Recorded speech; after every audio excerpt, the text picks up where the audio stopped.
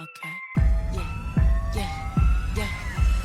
Lady Wolf Pack on a whole nother level. Savage as they come, gang of female rebel. Got the sharpest claws, we got the whitest teeth. We coming for your lunch, but we only bring the heat. Hey y'all, I'm Cassidy, the favorite daughter, obviously. And I'm Kim, her mom, her match, and the real reason she turned out halfway decent. Welcome to Mom's Favorite, the podcast where we laugh, vent, and overshare like it's our full-time job. Yeah. And we're coming straight to you from Austin, Texas, where the queso's hot, the opinions are hotter, and we don't sugarcoat a damn thing. You know, just think of us as Thelma and Louise, but only they're related and they have a podcast instead of a death wish. So go ahead and pour yourself something strong, maybe a margarita, get a little snack. Because here on Mom's Favorite, we got a lot to unpack.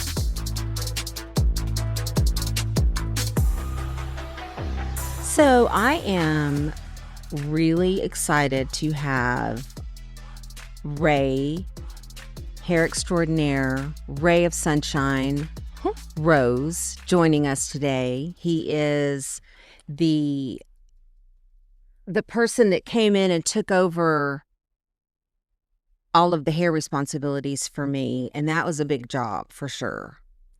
The Glam Squad. The Glam Squad. So I met Ray only actually about a year ago, I guess, but actually Egon's known him for many years because he is one of Egon's clients. And I was in need of having someone to come in and help out with the hair issues, and Egon said, "Hey, I got this client. He does hair. You should give him a try." And I did, and I'm telling you, Thank goodness. I know, because you know how It's hard to find good hair people. Cass, you know how hard it is I know. to find I'm good hair aware. people. It's almost like you start stressing about it. Like I start having physical reactions about my hair. You know, it's that important. Yeah. But anyway, so we're happy to have Ray sit down with us today, and welcome to our studio, Ray Hello. I'm of so happy to be Sunshine here. Rose. I renamed you Ray of Sunshine Rose. I love it. It's actually Ray Cute. Rose, which is a very beautiful name. It just It flows, is. Ray Rose. You sound like you should be on a Broadway. And I'm like, is that a stage I name? got or- super lucky with the name. You did. At least Yeah. you weren't Egon's stalking boy. That's the opposite end of the spectrum right there. I know, right? I know. I know. Yes. So Ray, like I said, has been a long time. As a matter of fact, you may have been one of our first clients, actually. Do you happen to know how long you've been a client of Egon's? Oh my gosh. I started working with Egon in like 04. Damn. Yeah, that's about like right around like when we started. Wow. That's Yeah. amazing. Yeah. Yeah. I for had sure. 2 years of having to put my entire savings account toward paying taxes. And so glad I found Egon. Now I know how to Found keep the business side straight. Found the tax wizard. Egon is the tax wizard for sure, which I'm not plugging for him because Lord knows he does not need a single Yeah, really. another client. But I do have to say that he is Yeah, his brilliant at what he does. clients love him. His clients adore him. And he's so humble about it, too. Yeah, He's just like, well, you know, just Yeah. doing my job. yeah. So anyway, yeah. So longtime client, and that's how I met you because honestly, you know, I really wasn't all those years. I've been very happy with my hair situation, and so I wasn't really seeking out anybody. But then when it came to the point where, you know, when you need your hair done, you need your hair done. Like when you've got events, you've got weddings, or you've got trips, or you've got things where you don't want to be like nice and easy hair. You know, you want to have Not nice. a professional looking hair. You know, I just couldn't be waiting on someone to, if they happen to come into town or this or that. So Ray is much more just very accessible and And it's been great. And he does a good job. And I feel like reliable because Oh, yeah. previously it was kind of like you never know what you're going to get Right. type of thing. Right. You mean consistency in Yes. yeah. Yeah. In, Yeah. you know. So let's talk about you. Let's talk about like all about you. Now I know a little bit about you, even the little bit of time that I've known you personally. And I know that you were born in San Angelo. I was actually born No. outside of Abilene, in a small town called Stamford. Stanford with an Stamford. What's that? Stamford with an M. Stamford. Okay. My parents lived in Abilene, and the OB was less expensive in Stamford than it was in Abilene. So I didn't even know there was a Stamford, Texas. There's probably a lot of towns in Texas we've never heard of. there. Did you know that Egon's from Stamford too? Oh, is he? Well, Stamford, Connecticut. Oh, yeah. Wait, totally different Stamford. It's like, what? Small world, though. Yeah. So you were born in Stamford, but your parents lived in Abilene. Right. We lived in Abilene till I was the summer, just before the end of my 6th grade year. And so we moved from Abilene to San Angelo, and I was there until after graduating in 96, which I took beauty school in high school. So summer of 96, I went to work and moved away for a short bit to Dallas and, totally partied my money away. My car broke down and had to get a new one. So, and of course I discovered credit cards. So I had to move back home with mom and dad, get my act together. And then I came to Austin in summer of 2000. So. Wow. Yeah. So I guess you kind of grew up in sort of a small town. So you wanted to get out and you got into Dallas and it was like, whoa, this is like. Yeah, Dallas, after, living in Dallas for a little bit, going back to San Angelo, then visiting other places, I realized, big cities really have different cultures. They're not all the same. Yeah. And as a kid, we just didn't get out and see a lot of different places. We only went where we had family. And so Dallas was the big city. That's all I knew. Right. So that's where I wanted to be. So what made you think that you wanted to come to Austin? Oh, so my assignment or love of Dallas was, growing up a gay kid in West Texas, you're looking for this place where it's safe and you can be yourself. And Dallas had a neighborhood and it had a street and it had a designated place where I could feel like, I belonged and was safe. And then I would visit Austin, and Austin didn't have that. And then I realized after leaving Dallas and visiting Austin more that it didn't have that because we have the whole city. Right. Mm-hmm. And like once that clicked, it was just like, why on earth would I want to be anywhere else? So I love Austin. I love how, we really do have all types of people here and we all get along. And I don't feel like we can say that for other big cities in Texas. Yeah, I agree with that statement. I think it's a very welcoming place to live for everybody. And I like that. I love that. When did we move to Austin? What year? In, let's see, 96? Were you in second grade? I think I was 8. So 95, 96-ish. 90, maybe it was 95, yeah. Yeah, no, I mean, we moved and you went to second grade and then we moved, but we were still in Austin, but we were in Eanes when we first moved there because my boss was like, oh, you've got to live in Eanes. Well, that's great on my boss's salary. Right. My salary. A little one-bedroom apartment. It was kind of tough, so. But anyway. Do you have any siblings? I do have a younger sister, and she's 4 years younger. She comes to Austin often. She's actually dating somebody here and maybe getting to move here soon. Well, that would that's be wonderful. lovely. Yeah. Oh, I love. So, what made you back to, you're living in San Angelo and just doing your thing? What made you decide that I'm going to beauty school? Oh my gosh, this is a fun story. So, Sweet.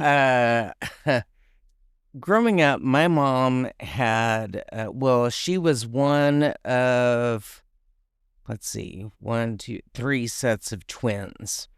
Oh my. And, Holy crap. Wow. so she and 2 of her sisters went to beauty school in high school. And growing up, anytime we'd go to grandma's house, I was playing with Clippies and handing them perm rods and end papers. And, Sounds like and it Annie's was- house. Remember those days? Yeah, so And it always amazed me how, we'd go there and everybody had the straight limp hair. And then whenever we finished, they were transformed and everyone was so excited and happy that they got this new look. And that was just kind of how, I spent time with my mom and my aunts when I was really young. And then in high school, when the option of taking beauty school came available, I, of course, requested to do this. And my parents both, really didn't want me to do it. They said, your mom and your aunts, they never made anything out of themselves with this. And we think that you should go to traditional college.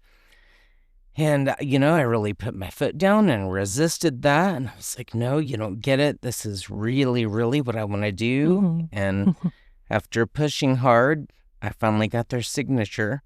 And I feel like it's the best decision I ever made. I feel like it truly saved my life. But my parents feel like it's the best thing, and they're very proud. Aw. So, and I have such a great relationship with them. Oh, that's And I'm wonderful. Well, it's so lucky for it's such a craft, and an art to do hair. It's not your grandmother's hair anymore. It's the coloring and the cuts and everything it's just such a craft, and I don't think Well, you're like a chemist yeah, and then like color theorist and a therapist. We're a a lot of painter. things. Yeah. Therapist, We are a lot of Therapist, things. yeah. There's so many, oh gosh, so many avenues of education, Yeah. that we can Yeah. take. And it's combining them all to make one experience is, Right.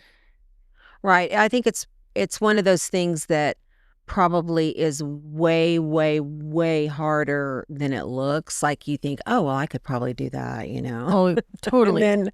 And then when you actually would try to do it, you'd be like, oh, this is why you go to the professionals. Yeah. there I learned that in high school. I know. Don't color your own hair. I love whenever those reels come up on Facebook. The fails. Oh gosh. So speaking of Facebook and social media, I happened to find your TikToks, and they are so cute and so good. Oh, thank you. Yeah, the Over 40 Hair Authority. Yes. I love it. that. Yes. I love that so much. I love working with people who are at pivotal points in their lives, who, they've finished raising kids or they've finished making that first achievement in their career and they're moving to the next level. And in that time, their hair isn't what it was in their 30s. Their life isn't what it was. Everything's so different. And I think that being able to recognize what changes have gone on in a guest's life, what changes have happened with their hair. Has it gotten thinner? Has it gotten wiry? How much time do they have to invest in their hair. And then sometimes it's just, are they able to lift their arm to use a blow dryer? Right. And I think that all these things and being able to craft a look that works with someone's changing facial structure and all these other changes brings me so much joy. I love working with people at that stage of life. That's nice. That's really, really good and important because Lord knows there's not that many. You go to any regular hair place or whatever, and most of them don't really have experience with the different nuances of. I'm not going to say older hair, but I'll just say more Mature hair. Changing hair. Yeah, yeah. And, our hair, if we think about it, it's not just about being older. Our hair changes at every stage of life. I mean, how many of us were towheads when we were born? Mhm. And then in our 30s, if we didn't do anything with our hair, we were the most lovely shade of hamster you've ever seen.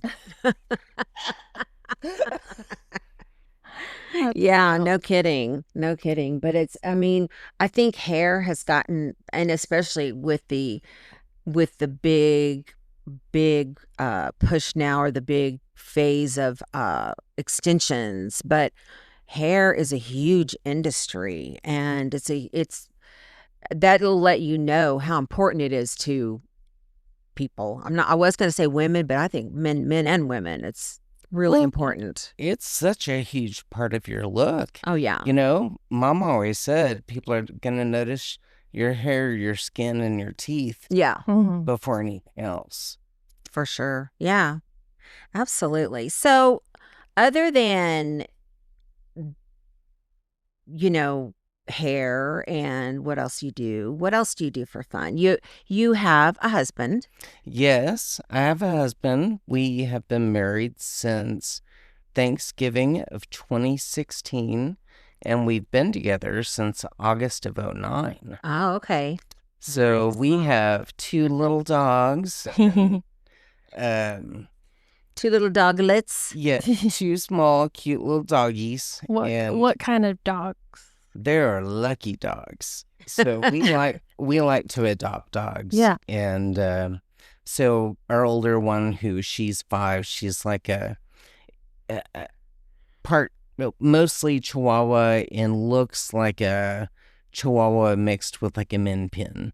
Oh, okay. Cute. And Cute. the other one, he is half poodle and looks kind of poodle Maltese or poodle Shih Tzu. Oh. And the so cool thing sweet. about him is he loves to swim. Mm. Oh my gosh, that dog, like you start getting out in the pool, and one day I was brushing and I was all the way down like toward the deep end, and he comes swimming to me. So he now gets the same after swim hair care routine that I get. Yeah. Oh. Because of course he has long hair, and your other one probably has. Yeah, Short, short yeah. hair that sheds, Yeah. and his is long. So That's, yeah, we have beauty and brush time. that's I'm adorable. sure you do. Well, there's, doing human hair or dog hair, there's just not that much difference between those two, right? Right? Oh, well, there's a little bit of a difference, but there's so many, minerals and things in our water, and I feel like if I don't do that and brush him, he's just gonna mat up. Yeah. Whenever we have so many minerals here in Austin, and I feel like if just showering is, those minerals are collecting and they're causing tangles and making it so you have to use more and more conditioner so you can cover those microscopic rocks on your hair that's wreaking havoc. And, so I remove them from my guests just as much as I would remove them from him, because it does make everything tangle and nothing shiny. And Aw, So- what a lucky dog. And I know one thing I will say, Ray gives a great head massage, Oh, I love that. which is also on the list of, if you're making a list of important things on a That's hair high up person, there. it's on there for sure. Yes, it is. The scalp is the farm that grows the crop. Very So true. You have to keep that scalp healthy. Love that. I love that. So you and Wesley, Yes, like to travel. we do. So tell me about some of your most favorite places that you've been. Oh my gosh, most favorite place is Thailand. Hands down. That was the best. I loved it. What is it about Thailand? I mean, I've seen pictures, and of course, just the look of it alone is gorgeous. But what is it about Thailand that you liked so much? So, when I chose to go to Thailand, my goal was to go somewhere that seemed like the furthest universe away from the world I know. And that was why I chose it. And then going there, the people are so lovely and they're so nice. And everyone just, that Buddhist culture there, you can really feel it. And it's funny that, it's rude in their culture not to smile. But no one's smile looks put on. I mean, everyone is just genuinely happy, and they don't have very much in terms of, money and physical things, but they kind of show you that that's not what's important. Yeah. And then aside from that, my gosh, the food. Oh man. A $2 plate of pad ki mao is like heaven. And they cook it right in front of you on the street. It was incredible. Awesome. Yeah, I've heard Thailand and Vietnam are great places to visit because the people are just so nice and welcoming And food. And food. Yeah, Vietnam is on my list, and so is Philippines. Oh, no. I would Yeah, love to but see not for you, Philippines. Cass. No? What? What not for me? You're going to go to Philippines, Thailand. What are you going to eat? They got noodles. They got rice. Luckily, I don't eat I a don't lot. like this kind of run. Luckily, I don't eat a lot, so. They have amazing fruit. Amazing. The hotels that we stayed at in Thailand always had these refrigerators with pre-sliced fruit. Wow. Like you could get fresh dragon fruit 24 hours a day. You just get on there, open the door, and like, Cassidy, if you can't find something you like to eat, I just don't. I'm sure I'd manage. Have you been to Spain? No, I haven't. I've been watching like all these travel videos, and I really want to go to Mallorca, Spain. It looks like so pretty there. Yes. That's on my list. Chelsea Handler has a house there. Oh, You have to look for you got her number? Yeah. Call her up. Oh, I'd love it. He probably does. Call her up. Call her on up. Hey, Chels, we're on our way out. So, Laurie, my cousin, she was married to a man. He was from Mallorca. Oh, yeah, I didn't know that. Yeah. So they went a few times and visited there. I would love to go to Spain too. I want to go to a lot. I have a bucket list of a lot of places. I hope I live long enough to go to some of them. You will. Yeah, me too. But I gotta wait for these kids to be grown. Yeah. Yeah. For sure. Exactly. So another thing that I know that you and Wesley like to do is y'all like to scuba dive. Yes. So how Fun. long have you been scuba diving? Have you always liked to do it, or was it something that you just kind of discovered and then you said, "Hey, I think I'll go take some lessons"? Or So, years ago, I developed a neurological condition that made it difficult for me to do a lot of things that I enjoyed before. And we were looking for something that we could do that we could tailor our vacations around. And we both love beaches. We both love water, and we're strong swimmers. So we chose to become divers.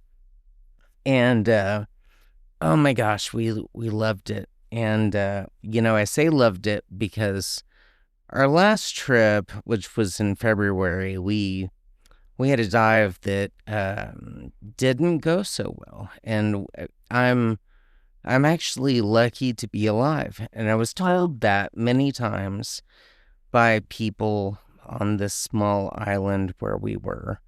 And anyway, I just don't know right now that how much diving is in my future. I hope that I'm able to revisit it. I feel like the next time I dive, it's going to have to be with someone who I really, really trust. This incident that took place was at a resort that's just highly regarded. We had been there the year before, and everything about it was so amazing. And we signed up for this group night dive to see ostracods. And we followed the safety briefing to the T, which, the briefing didn't really match what we had learned in scuba basics. But, we both felt like if there was a difference, we should listen to our guide. And we followed these directions, and we both got separated from our group, and we were pulled down to unbelievable depths. And I was pulled to 245 feet deep, and Jeez. Wesley was pulled to 115 feet deep. And we both did emergency ascents from that. And after the dive, we both were lost. We were out in this black ocean. All we could see were the stars. We couldn't see land. That's right, because it was nighttime. It was. Holy crap. That's And scary. That sounds like my worst nightmare. by the time we finally made it out, our guides said, how are you? How do you feel? And we were like, well, by the way, we didn't know how deep we were because it was a night dive. We weren't allowed to use our flashlights because the whole purpose of the dive was to see these ostracods. And so I never looked at my dive computer completely, trusting the guide. I didn't know that I was at that depth. And so whenever we finally got out, they said, how are you? Do you feel okay? And I said, I feel extremely shaken, and I have a horrible headache. Yeah. Mm-hmm. And they said, you're just stressed and you're dehydrated. You need to get some rest and lots of water. And, it's so funny that that's their answer, because we were out there. I was out there floating, waving my flashlight, waiting for someone to find me for what felt like forever, like 20 minutes. And the rest of our group that was on land, they said, we saw your flashlight, but we thought that you were a boat. We didn't know that was you.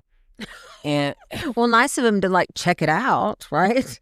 Knowing that you're not there with the group. so afterward, it's just weird to me how they didn't send us to the hospital to make sure that things were okay. They didn't check the logs in our dive computers to see what had happened. And so it's not just, as far as the diving goes, there's definitely trauma in that, but there's so much trauma in trusting someone with my life. Totally. And I just had such explicit trust. Yeah. So I hope to go back to diving one day. But right now, we are taking up target practice. And that has been fun. Okay, wait a minute. What Sounds kind of safer. target? Like gun targets or bow and arrow? bow and Okay. arrow. 300mm. Oh, That's but we're Well, that's actually nice both and safe on very good land. shots. Yeah. just Oh don't my get in any goodness. fights. What a story. That's Yeah. Well, that's not even the half of it. You don't even know how It's a they big literally both they landed in the hospital and everything, and so yeah. I We were in don't- the hospital. We were after medically grounded for 2 weeks. Damn. After this incident? Yes. they were 'Cause- stuck there on the island because they couldn't fly All because of Because the- what when you do the chose emergency on our ascent, own. right? to take ourselves to the hospital. Oh, I'm sorry. no, you're good. You're good. Is it because when you like ascend rapidly, it can like damage your lungs? air bubbles. So they call it the bends. And we are both very, very lucky that we got a super mild version of the bends. So what happens is that when your body's under pressure, Mm-hmm. the nitrogen turns into bubbles in your bloodstream. And the longer you remain under pressure, the more slowly you have to ascend Mm-hmm. to ease that pressure off so that those bubbles will shrink. So if you think about, have you ever taken a bag of chips on an airplane Mm-hmm. and you didn't open them? Mhm. Once you got in the Yes. air, And that they bag start- of chips is totally full, Yes. like it's going to pop. Mm-hmm. So that's what happens with these bubbles. And so if you ascend too quickly, these bubbles pop.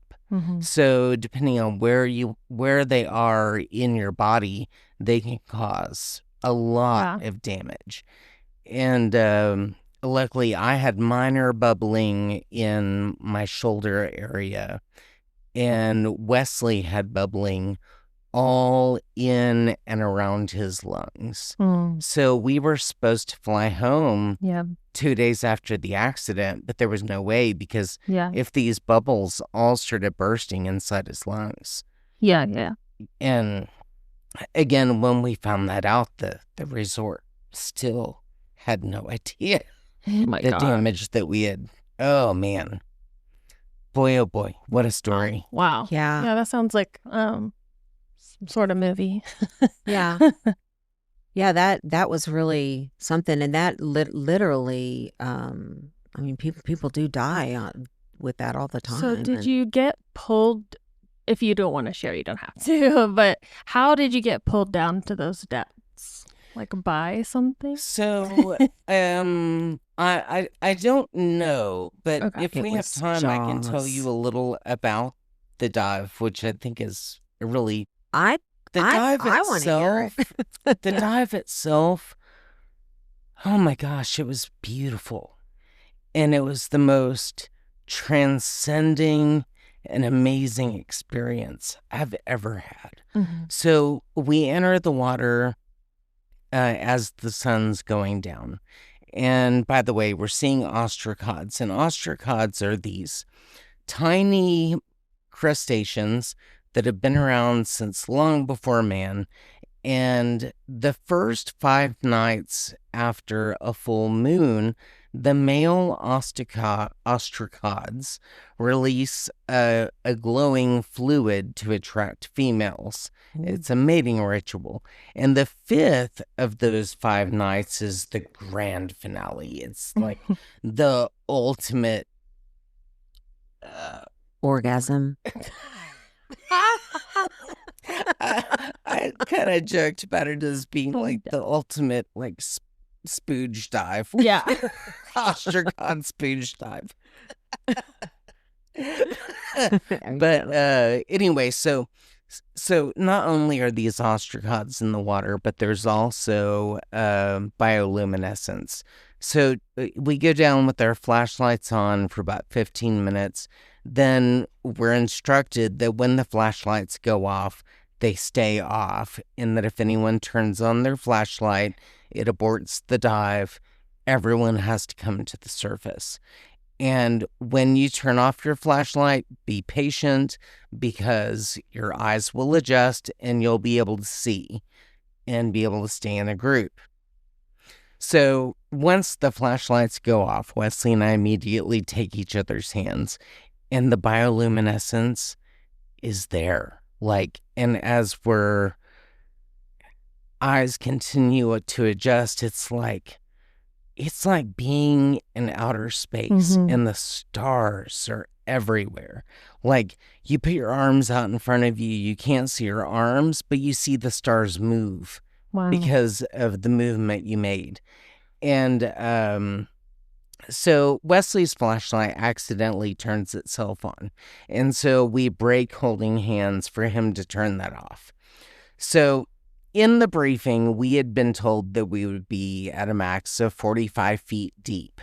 And my experience with diving and knowing my own level of air consumption, I knew that on this tank of air at 45 feet deep, I was good for at least an hour. So I was going to enjoy what I was seeing, because any minute the flashlights were going to come on, it was going to be time to get out of the water and everything would be over. So again, it is magical and transcending. And it's so dark. The only way you can tell that you're not head first, Yeah. because it's That's what I was thinking. You wouldn't know which way is up. Yeah, there's you're completely disoriented. The only way I could tell that I was facing up was just the feeling of the bubbles moving upward as I would exhale through my regulator, without being able to notice where those bubbles were going. That's the only point of reference that I had. And so I'm experiencing this. It's incredible. And then I feel like I'm not getting enough to breathe. I'm just not getting enough air. And I feel like it's a big enough deal that I need to get to the surface right now. So I push a button on my BCD, the vest that you wear when you dive. And this button makes air from your tank go into this vest so that you immediately become buoyant. I fill it with air, and as I'm going up, it's taking forever, longer than it seems like it should. And I gasp for air, and when I do, I get water in my mouth. And so I take my hand and I slam the regulator into my mouth, and I hold it there tightly, so that as I'm continuing my trip to the surface, I know that I'm not sucking water into my mouth. I'm not getting air either, but at least it's not water. And I finally make it to the surface. And then you guys heard that part of the story earlier, but that was the dive itself. And it's, gosh, what a strange memory, right? To be the scariest and the most magical thing to ever happen. It's what a polarity. Yeah. I mean, it's got to be, I'm sorry, it's probably triggering to talk about it a little bit, but I am glad that you are kind of sharing that story, because I think it's so important. It's an important lesson because I go traveling and I go on tours. I don't go scuba diving, but I do things where I trust professionals, and in some of those cases, you're trusting them with your life. And so it's really just a reminder that, you are responsible for yourself, and don't trust anybody. You can't. I mean, you can't even completely trust your guides. I had a guest who told me about her trip to Morocco, and that everyone was interested in seeing where these handmade fabulous rugs are sold. And so the guide, who they trust, takes them to a place to see these rugs.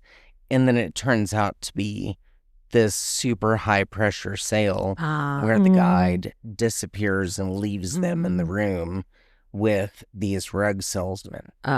Anyway, she ended up with the gorgeous rug, but she didn't.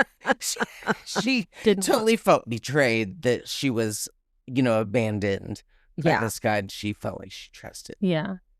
That's the only thing that seems like there is a lot of pressure in, like, even when you go on a cruise, when you go on any of these tours, anything like that, there's always people pressuring you to buy something or buy a timeshare, buy I don't know, but yeah, it can get kind of annoying too. But so what would be you've been to a lot of amazing places. What's a place that you haven't been that you really want to go, like on your bucket list? Oh man, the Galapagos. Wow. I'd really love to see the Galapagos. Wow. Big turtles. Mm-hmm. Wow. That would be super cool. It's funny. There's a lot of places that I would really like to see that end up just because of the country's beliefs and their laws, they're just not a safe place for me to go. Right. Sure. But it's still, man, I'd love to see Dubai, but that's never going to happen. Never going to go. Yeah.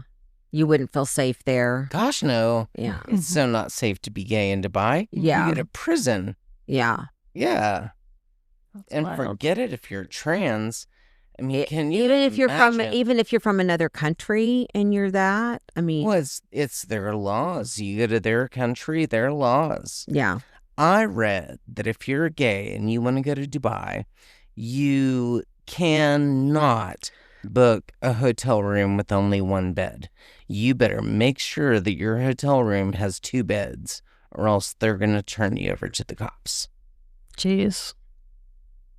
Wow. And that's it. Wow. I did not know that. Thank you for sharing that information with me. Well, we don't know what it's like to live in someone else's shoes unless they tell us. And I think that there's a lot of things that I don't know about people who fit into the same demographics as me.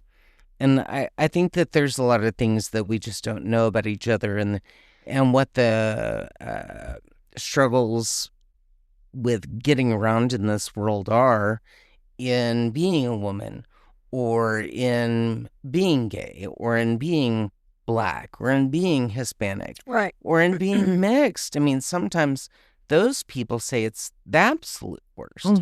So I think that there's so many nuances and things about life that we don't know that about those people unless they tell us, Right. and we're open to listen. Sure.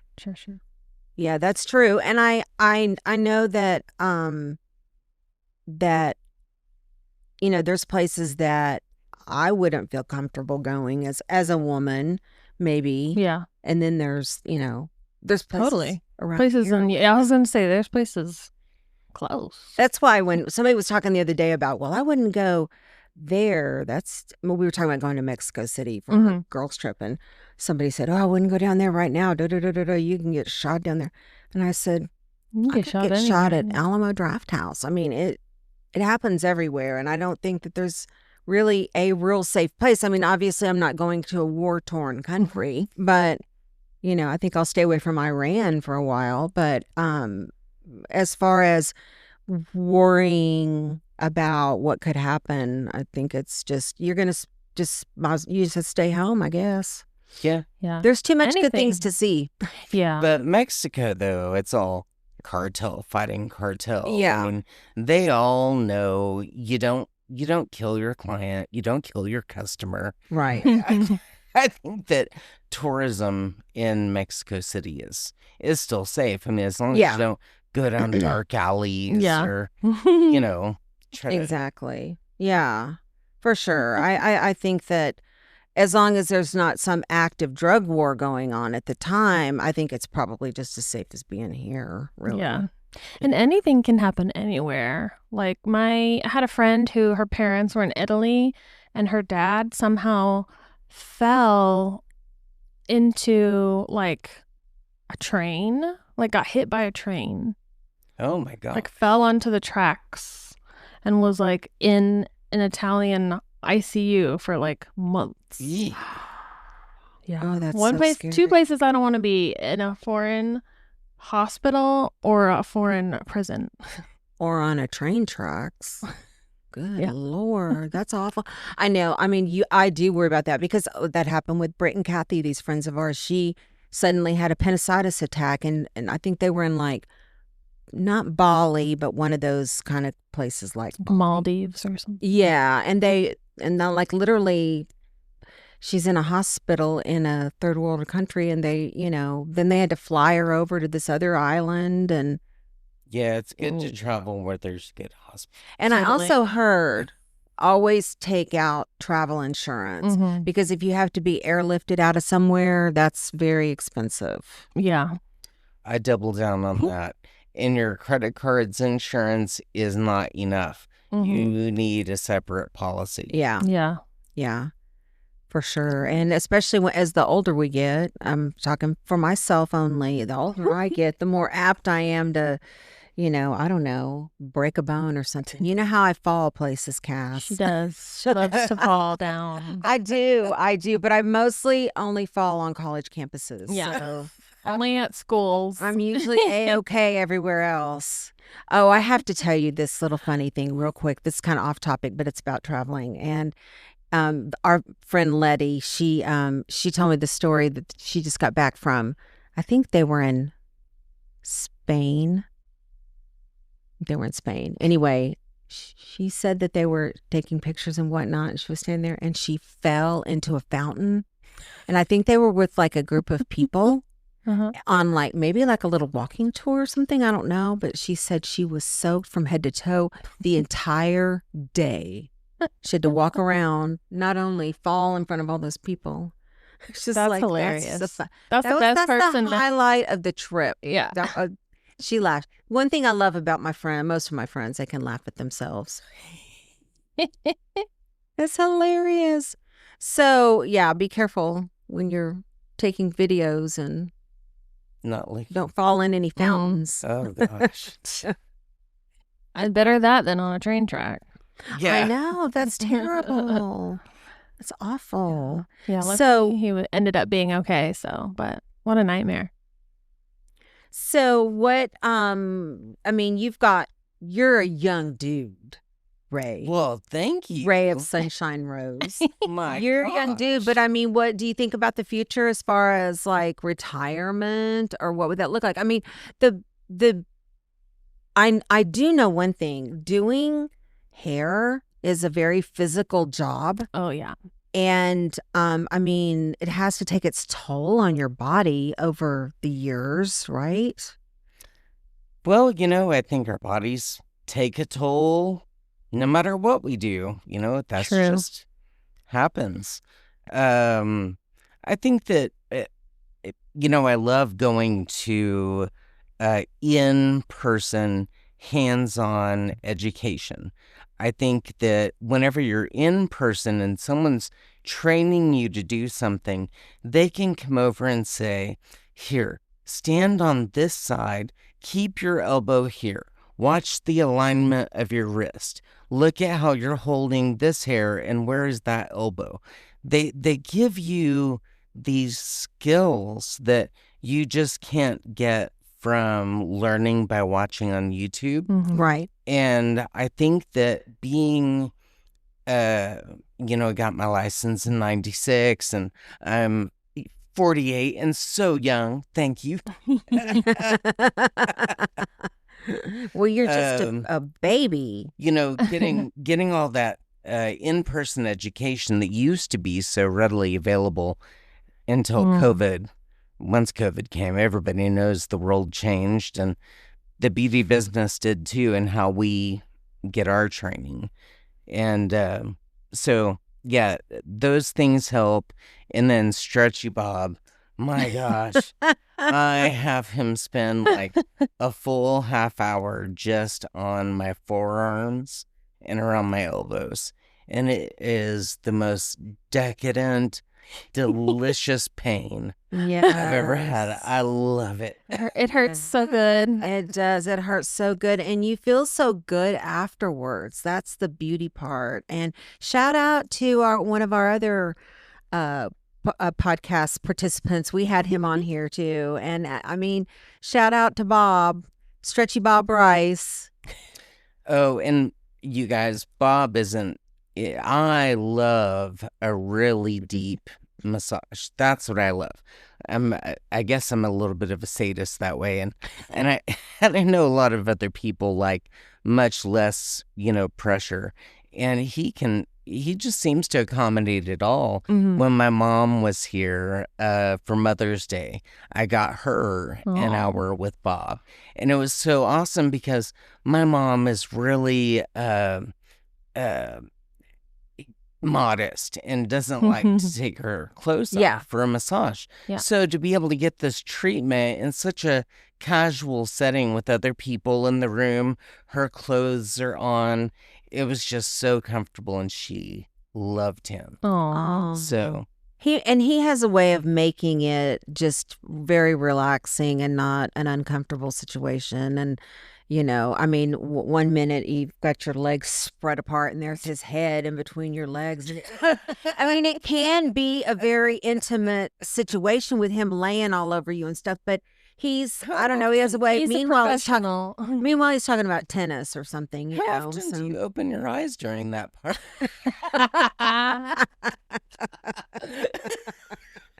Well, it's that part when he does the hip flexors. Yes. Where do you feel that? But anyway, yeah, we love us some Bob. I'm so glad that you got hooked up with him too. That's a beauty was part all about you. hooking everybody up. It's great. It's great. Yeah, Egon still, I haven't done him in a while. I need to get back to it, but Egon still continues because he's such a sedentary job. Yeah. He really needs that stretch in him. But yeah, we love Bob. So,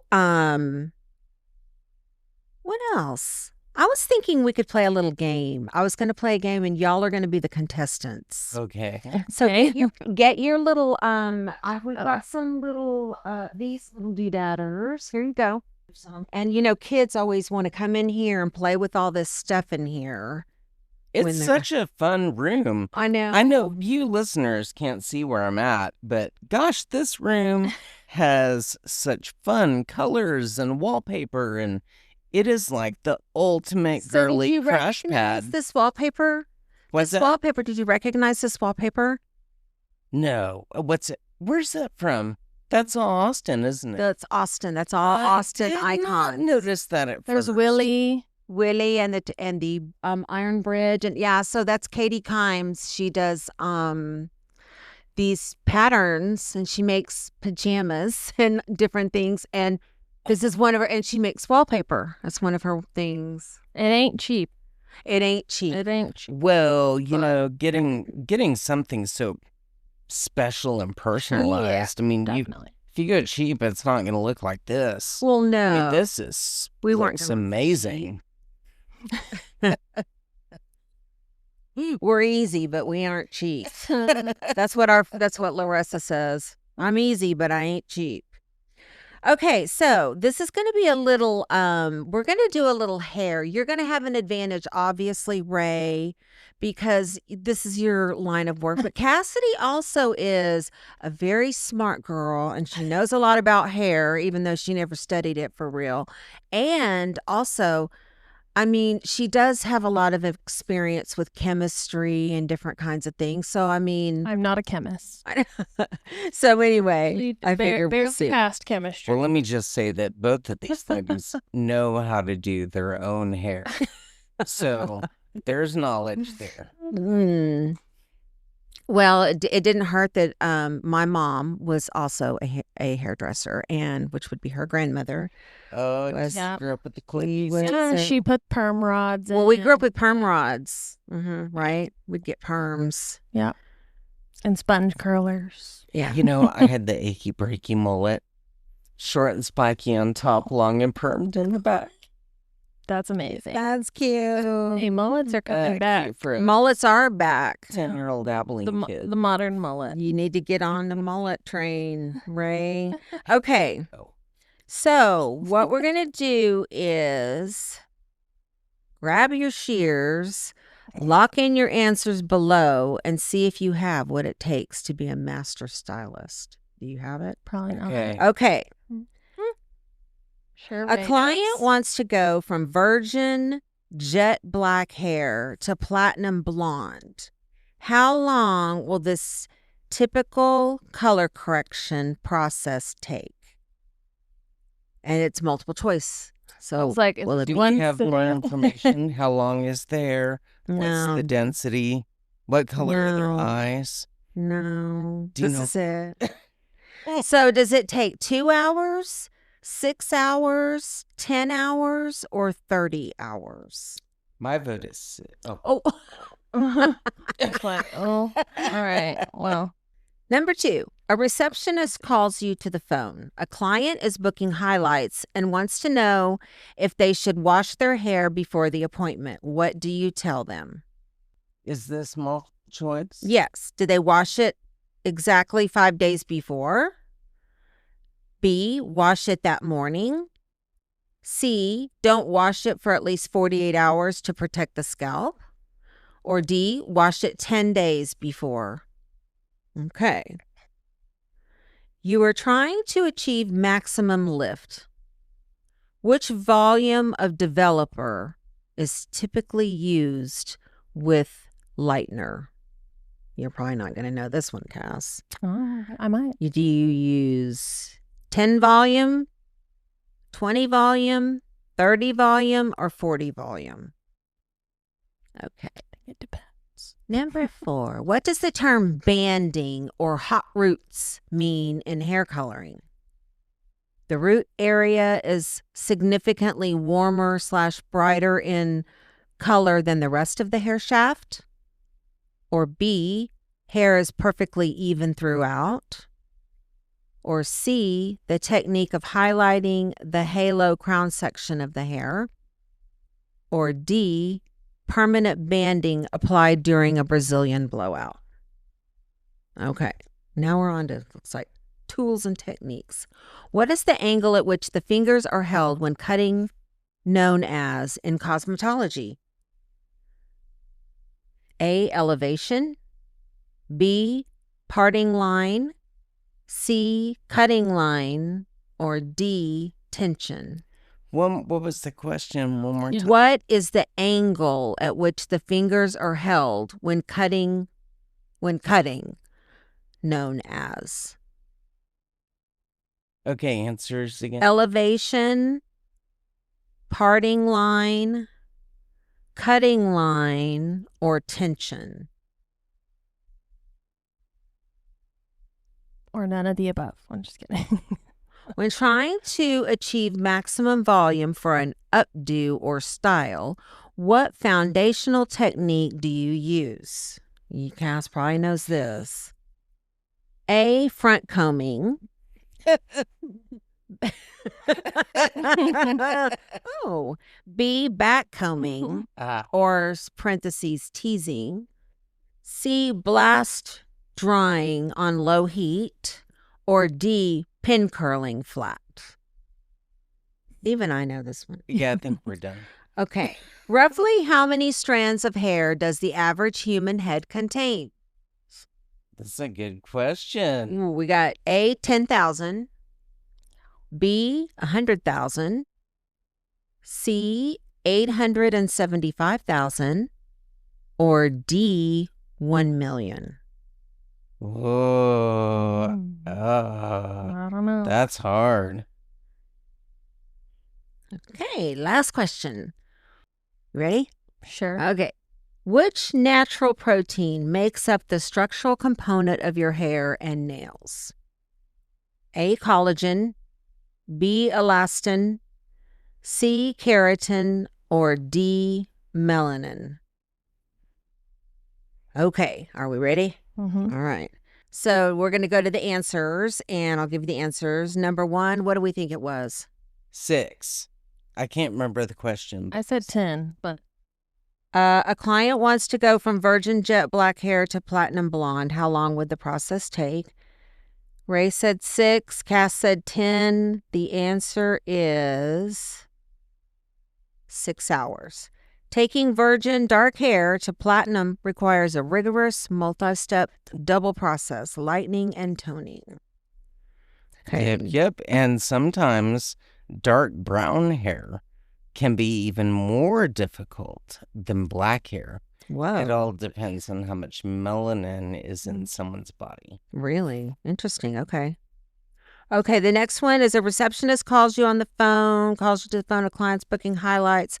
They want to wash their hair. What do you tell them?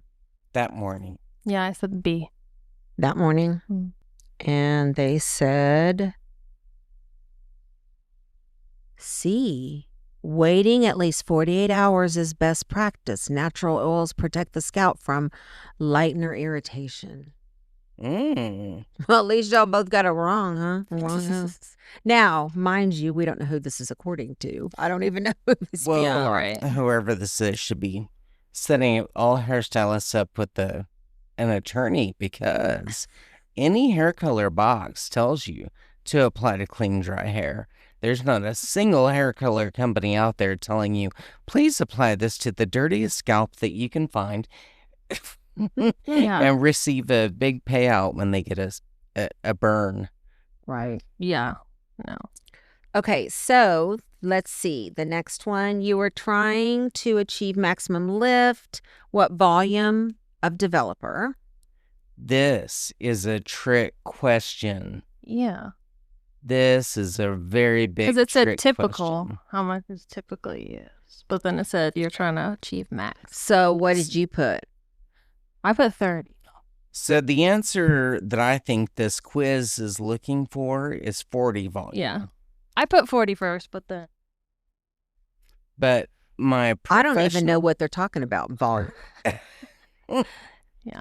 Okay. What is the official answer? 40. Okay. So, but I think it's all of the above. So there's so many different variables Yeah. that go into lightening hair. And I just don't Yeah. think that there's one Yeah. single answer. So the higher the volume, the faster it's going to lift. But it's all of the power is at the beginning of what it does. So like it's going to, if you put that on someone's hair for an hour, it's going to peter out and lose steam. It's going to peak earlier in that hour than 20 volume is. Right. So there's just too many answers to this. There's too many to know. Okay, here we go. What does the term banding or hot roots mean? A. A. Good job. I know that. A. It is A. The root area is significantly warmer, brighter. This occurs when root process faster or lighter. Y'all already know because y'all are the professionals. Okay. So can I Yep. comment on this one? Absolutely. Oh boy, this one's great. So this happens a lot when someone is trying to cover their gray. Mhm. Because you've got gray hairs mixed in with brown hairs. And whenever you put a color on, you've got multiple different hair colors that it's going to hit, and it's not going to work the same on each of those hairs. So, like if you put a blonde onto someone with 50% gray and 50% brown hair, Mhm. then the gray hair is going to turn blonde. It's going to be gorgeous. The 50% brown is going to turn orange. Mm. And there are other hair color products out there that can only work on the gray and not do a single thing to the dark hair and never turn brassy. But it's like just knowing, which tool to choose to get that natural regrowth that doesn't look fake and Yeah. orangey. It's just like, it seems complicated for sure. Seems real complicated. Okay, so what is the angle at which the fingers are held when cutting known as? Cutting line. That's what I thought That's too, but let me see. I don't Cutting know. line. Is that it? Yeah. Oh. Is the angle or line that the finger dictates the overall direction and shape of the haircut. Okay. When trying to achieve maximum volume for an updo or style, what do you use? Back Back combing. combing. Tease it up. Back combing is the industry classic for creating root lift and structural volume. Yes. Or foam donuts. Yeah. Oh, those foam things. Yeah. I saw that on TikTok too. That's cool. Sweet. So roughly how many strands of hair does the average human head contain? Well, I think that depends on the human. Of course, I it think says so, say too. average. Most is average. I don't know. I almost said 875 and I changed it to B, whatever the B was. 100,000. What'd you put, Ray? Which question number is this? It's number 7. 7. I put A. 10,000. Yeah, I mean. It's B, 100,000. Okay. I probably would have been million. I probably lose like 10,000 strands a day. My hair's falling out everywhere. That's true. I don't know why I put 10,000. We all do lose up to 100 strands a day. And what was the last one? What is the natural protein that makes up structural? I know that one. Keratin. Keratin. Yes, keratin. Y'all did great. I think y'all both got the same amount right and wrong, too. No. I got 4 right. Oh, you got 4 right. Okay. I think you got them all. Maybe. No, I get the number of hairs on the head wrong. Yep. Well, congratulations, Cass. You now are no longer a beauty school dropout. No, you never went to beauty school. I do love watching hair videos. You've always been intrigued with hair, doing hair, I guess because, Nanny and me, and you've always been into hair. And then like for dance, we had to learn how to French braid and do our own little. Yeah, and the fake hair that was real big in the dances. They had to wear all the fake hair, the kind that you tie in a ponytail that's huge. Oh, so crazy, right? All the oldie days. And sometimes your ponytail falls off in the middle of the performance. Flies off and hits the girl next to you in the face, and she starts crying. That escalated quickly. I know, how did we get off on that tangent, right? So I just wanted to kind of say in closing, I wanted to say thank you so much for coming.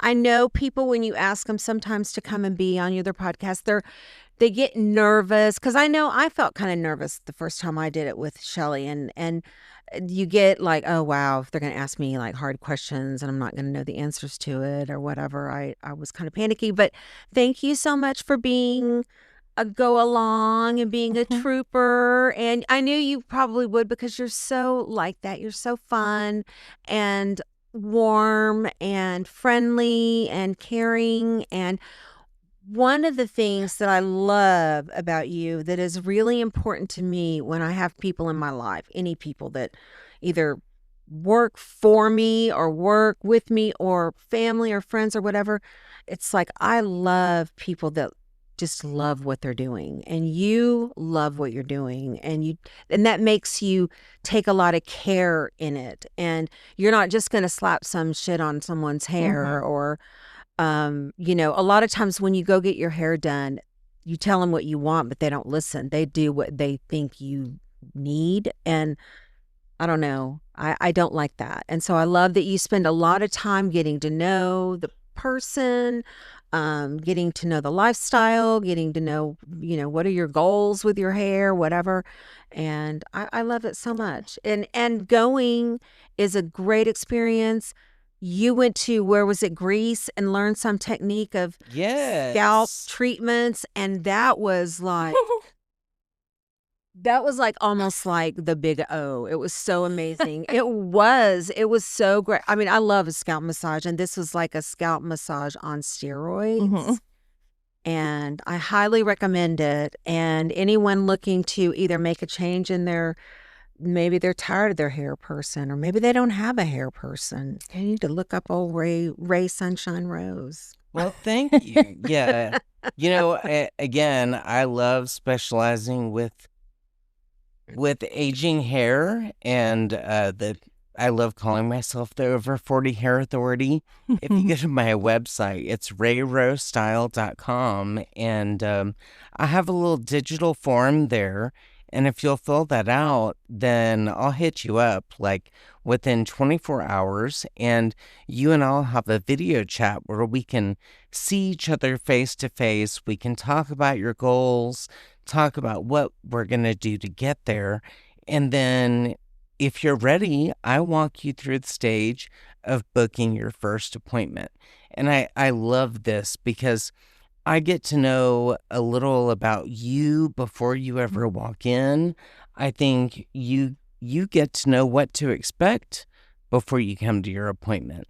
And this just makes that little icebreaker whenever you arrive. We already have this rapport, and we're ready to get to work. And anyway, so I That's can't wait to wonderful. meet you. Check that out. And when you fill out that form, be sure that you put Mom's favorite in the referral line so that you get a free gift. Yeah. Wow, That's fancy. great. That's great. We love a free gift. Yeah. For sure. He has some great products in there. And you're located. Tell them where you're located, at least, so people know, because some people may be way north and they don't want to drive all the way down here although it would be well worth it. I'm not saying that wouldn't be a great investment in your time. But. So I'm in Sunset Valley. So the areas the most convenient to would be, Circle C, Oak Hill, Travis Country, Westlake. But I do have guests that come from North Austin, as far as Georgetown, and as far as San Marcos. Oh, So, I have woman that comes all the way from San Antonio. yeah. It's I know. You will Yeah, when go you far find- and wide yeah. for a good hair When person. you find your person, you're like, Yep, you don't want to give it up. So for sure. Yes. So thank you again for joining us, and thank you MFers for listening in on this great episode of Beauty and Hair, and our friend Ray Rose and his life and style, and Crazy stories. Look him up. We'll putting some links for him on our Yeah. on our stuff too. on our show notes. Oh, Yeah. thank you. Yeah, we'll put a link in for you. So let him know that we sent you over there. And I think that's about it. That's all I got, Cass. Do you have anything else you want to add? That'll do it. What about you, Ray? You got anything else you want to add? I hope everybody has a beautiful day, and Yes, it's gorgeous. It's a gorgeous Yeah. day out. It is. it is gorgeous. Everyone's gonna have a nice, easy hair day without any humidity. Yeah. All right. Well, bye, y'all. Bye, y'all. Thank you so much. Bye-bye. I love you. Mean it.